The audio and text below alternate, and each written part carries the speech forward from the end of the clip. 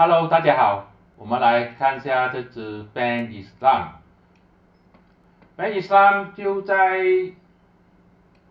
这边52周新低1.70的时候就弹上去，过后呢，它终于在某一天呢这边的时候呢，就成功的站上去这个筹码阻力线的紫色线1.78，这个呢就是一个买入讯号。弹上去，站上去这个筹码阻力线1.78，买入讯号。然后呢，过一天呢，它就涨上去了。现在呢，它的支撑就是这个筹码阻力线的蓝色线，也就是1.74，跟它昨天的收盘价是一样的，1.74。它的阻力线肯定就是这一个 POC 2.12，也就是过去历史的这个蓝色线。所以这边呢，我们可以看到呢，它这一个底部，当它突破这个紫色线的时候呢，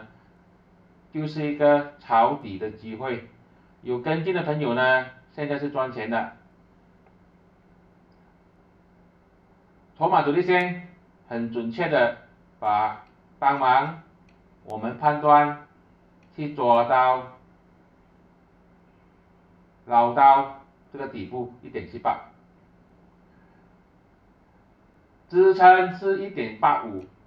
只要它没有跌破1.85，可以继续守住。现在它呢刚刚好被这个蓝色线守住，很大机会呢会跌下来，但是我个人认为呢，它应该不会跌破1.85啊。为什么呢？这边有很多的这个筹码在支撑住它。这里呢也可以看到呢，筹码峰跟筹码阻力线，再配合这个200天均线，配合这个形态呢，是很容易的帮我们去判断一些买点跟卖点。